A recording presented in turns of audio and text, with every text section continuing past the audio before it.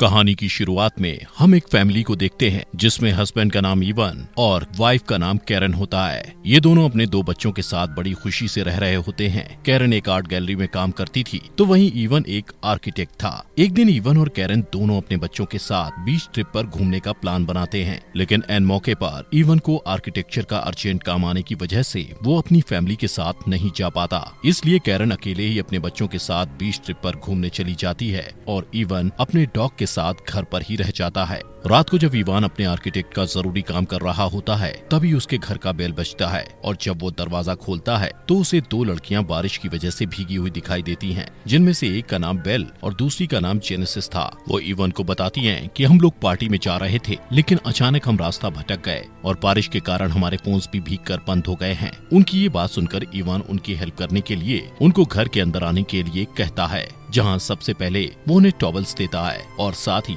एक लड़की को आईपैड भी देता है ताकि वो अपने पार्टी का लोकेशन ढूंढ पाए। वो लड़की आईपैड पर सर्च करके देखती है कि उनकी पार्टी की लोकेशन यहाँ से बहुत दूर है, इसलिए इवान उन दोनों के लिए एक कैब बुक करता है जो 45 मिनट में यहाँ पहुँचने वाली थी। अब क्योंकि वो दोनों लड़कियाँ बारिश में काफी ज्यादा भीग चुकी थी, इसलिए वो इवान के घर का बाथरूम यूज करके फ्रेश होकर इवान के पास जाती है, जहाँ इवान उनके लिए कॉफी बना रहा था। इसके बाद इवान इनके साथ बैठकर बातें करने लगता है। इवान पूछता है कि तुम लोग क्या काम करते हो, जिस पर वो बताती हैं कि वो एयर होस्टेसेस हैं और अपने यात्रियों का बहुत ध्यान रखती हैं। इसके बाद वो इवान के पास जाकर अपनी एयर होस्टेस का काम दिखाने लगती हैं कि वो कैसे अपने एयर होस्टेस का काम करती हैं, लेकिन ऐसा करते हुए वो इवान को सिड्यूस करती हैं, जिससे इवान को थोड़ा अच्छा फील नहीं होता। इसलिए वो वहाँ से उठकर दूसरी कुर्सी पर जाकर बैठ जाता है। तभी इवान अपने मोबाइल पर चेक करता है, जिससे उसे पता चलता है कि कैब के यहाँ आने में अभी भी 20 मिनट बाकी है। इसके बाद वो दोनों लड़कियां इवान से उसकी वाइफ के बारे में पूछती हैं। इवान बताता है कि उसकी वाइफ एक आर्ट गैलरी के लिए पेंटिंग्स बनाती है।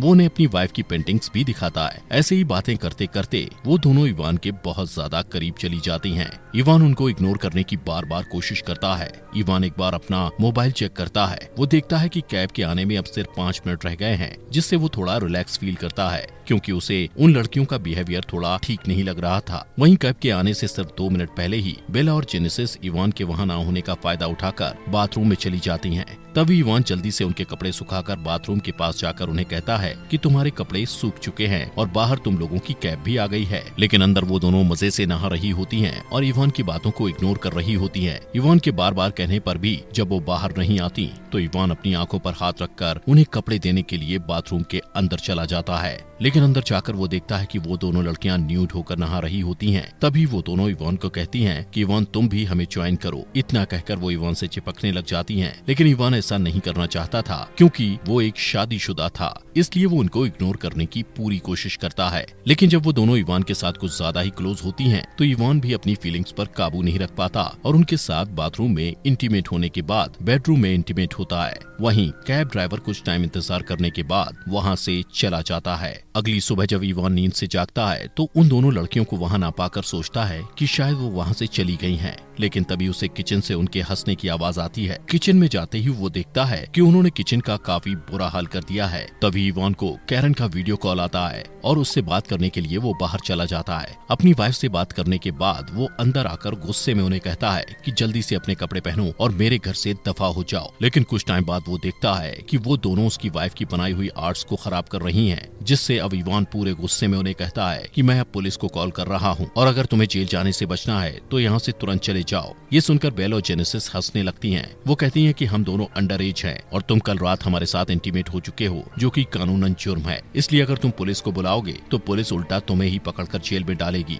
ये सुनकर इवान सोचता है कि कल रात उसने कितनी बड़ी गलती कर दी है। तभी दरवाजे पर कोई बेल बजाता है। दरवाजा खोलने पर इवान को कैरन की दोस्त विवियन नजर आती है, जो वहाँ इवान से ये पूछने आई थी कि कहीं उसे किसी चीज की जरूरत तो नहीं। वहीं इवान उसे देखकर काफी ज्यादा डर जाता है कि कहीं वो घर पर बेल और जेनेसिस को ना देख ले। उनकी बातचीत के दौरान जेनेसिस अचानक से बाहर आकर इवान के साथ चिपकने लगती है। ये देखकर विवियन को लगता है कि इवान का उस लड़की के साथ अफेयर चल रहा है, जिससे वो गुस्से में गालियां देकर वहाँ से चली जाती है। इवान को उन दोनों पर बहुत ज्यादा गुस्सा आता है और इसलिए अब वो सच में पुलिस को कॉल करने लगता है। ये देखकर बेल और जेनेसिस डर जाती हैं और तुरंत वहाँ से जाने के लिए मान जाती हैं। जिसके बाद इवान उन दोनों को अपनी कार में बैठाकर वहाँ से ले जाता है और कुछ दूर जाकर उनको एक घर के सामने ले जाकर छोड़ देता है। वहाँ से इवान वापस अपने घर आता आता है और देखता है कि बेल और जेनेसिस ने उसके घर को काफी गंदा कर दिया था, इसलिए वो पहले अपने घर की सफाई करता है और फिर अपना आर्किटेक्ट का काम करने के लिए बैठ जाता है। तभी उसे अपने घर में कुछ गिरने की आवाज सुनाई देती है।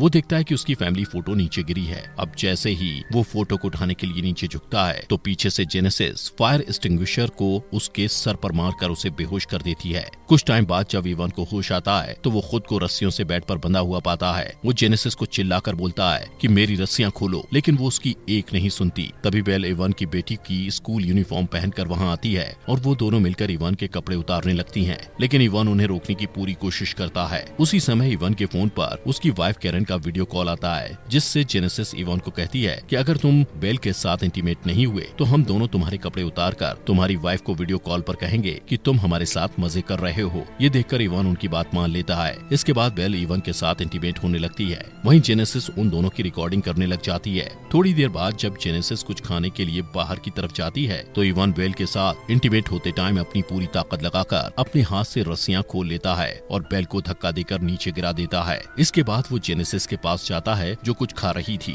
जेनेसिस उसके इंजर्ड शोल्डर पर जोर से अटैक करके उसे फिर से बेहोश कर देती है। कुछ देर बाद इवन को होश आता है और वो खुद को एक चेयर से बंधा पाता है, जहाँ जेनेसिस और बेल उसके साथ एक क्विज गेम खेलने लगते हैं। कुछ समय बाद कैरन के साथ काम करने वाला एक वर्कर जिसका नाम लुइस था, वो कैरन की बनाई हुई मूर्ति को लेने उसके घर आता है। ये देखकर जेनेसिस और बेल इवन को एक रूम में छुपा देती हैं। इसके बाद जेनेसिस दरवाजा खोलती है और ये दोनों लुइस को बताती हैं कि हम दोनों इवन के कजिन्स हैं और घर में एक चोर घुस गया था, इसलिए इवन उसे पकड़ने के लिए उसके पीछे गया है। तभी लुइस की नजर कैरन की आर्ट पर पड़ती है, जिसका इन दोनों ने बुरा हाल कर दिया था। ये देखकर लुइस को इन पर शक होता है। साथ ही वो इनसे कहता है कि इवन की तो कोई कजिन्स है ही नहीं। यहाँ पर अचानक लुइस को इवन के चिल्लाने की आवाज सुनाई देती है और वो एक रूम में जाकर देखता है कि इवन वहाँ पर बंधा हुआ है। वो तुरंत इवन की रस्सियों को खोलने लग जाता है। वहीं बाहर ये दोनों कैरन की आर्ट को तोड़ने लगती हैं, जो कि बहुत महंगी थी, इसलिए लुइस उनके पास जाकर उन्हें ऐसा करने से रोकता है, लेकिन तभी उसे अस्थमा का अटैक आ जाता है। वहीं लुइस का इनहेलर भी जेनेसिस के पास था।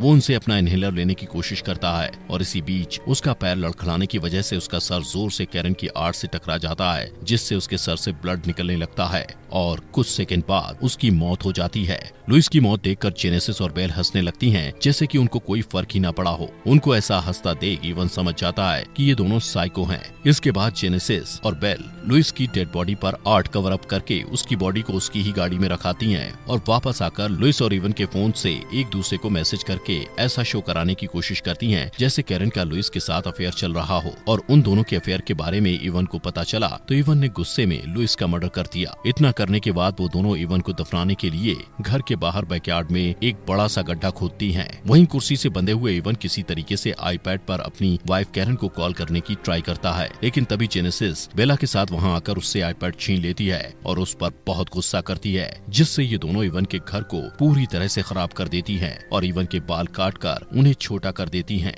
उसी रूम में जेनेसिस को इवन की छुपाई हुई एक गन मिलती है, जिससे वो बेल को इवन के हाथ पैर खोलने के लिए कहती है। जेनेसिस इवन को कहती है कि अब हम दोनों तुम्हारे साथ हाइड एंड सीक खेलेंगे और अगर तुम पकड़े गए तो तुम्हें शूट करके मार दिया जाएगा। इवन तुरंत घर में छिपने लगता है। वहीं जेनेसिस और बेल उसे ढूंढने लगते हैं। तभी इवन घर से भागने के लिए बाहर की तरफ जाने लगता है, लेकिन जेनेसिस उसके पास जाकर उसे ढूंढ लेती है। तभी इवन जोर जोर से चिल्लाकर मदद मांगने की कोशिश करता है, लेकिन जेनेसिस उसे गन पॉइंट पर चुप करवा देती है। यहाँ से सीन शिफ्ट होता है और हम मॉर्निंग में देखते हैं कि ये दोनों इवन को उस गड्ढे के पास ले जाकर उसे वहाँ दफना देते हैं, लेकिन ये इवन के सर को जमीन के बाहर रखते हैं। ये इवन को बताती हैं कि हम तुम्हें मारना नहीं चाहते थे, हम तो सिर्फ अपने मजे के लिए तुम्हारा इस्तेमाल कर रहे थे और हमें तुम्हें टॉर्चर करने में बहुत मजा आ रहा है। इसके बाद बेल इवन को उसके फोन पर वही वीडियो दिखाती है जिसमें वो इवन की बेटी की स्कूल यूनिफॉर्म पहनकर उसके साथ इंटीमेट हो रही थी और ये वीडियो जेनेसिस ने रिकॉर्ड किया था। अब इस वीडियो को बेल इवन की फेसबुक प्रोफाइल में अपलोड करके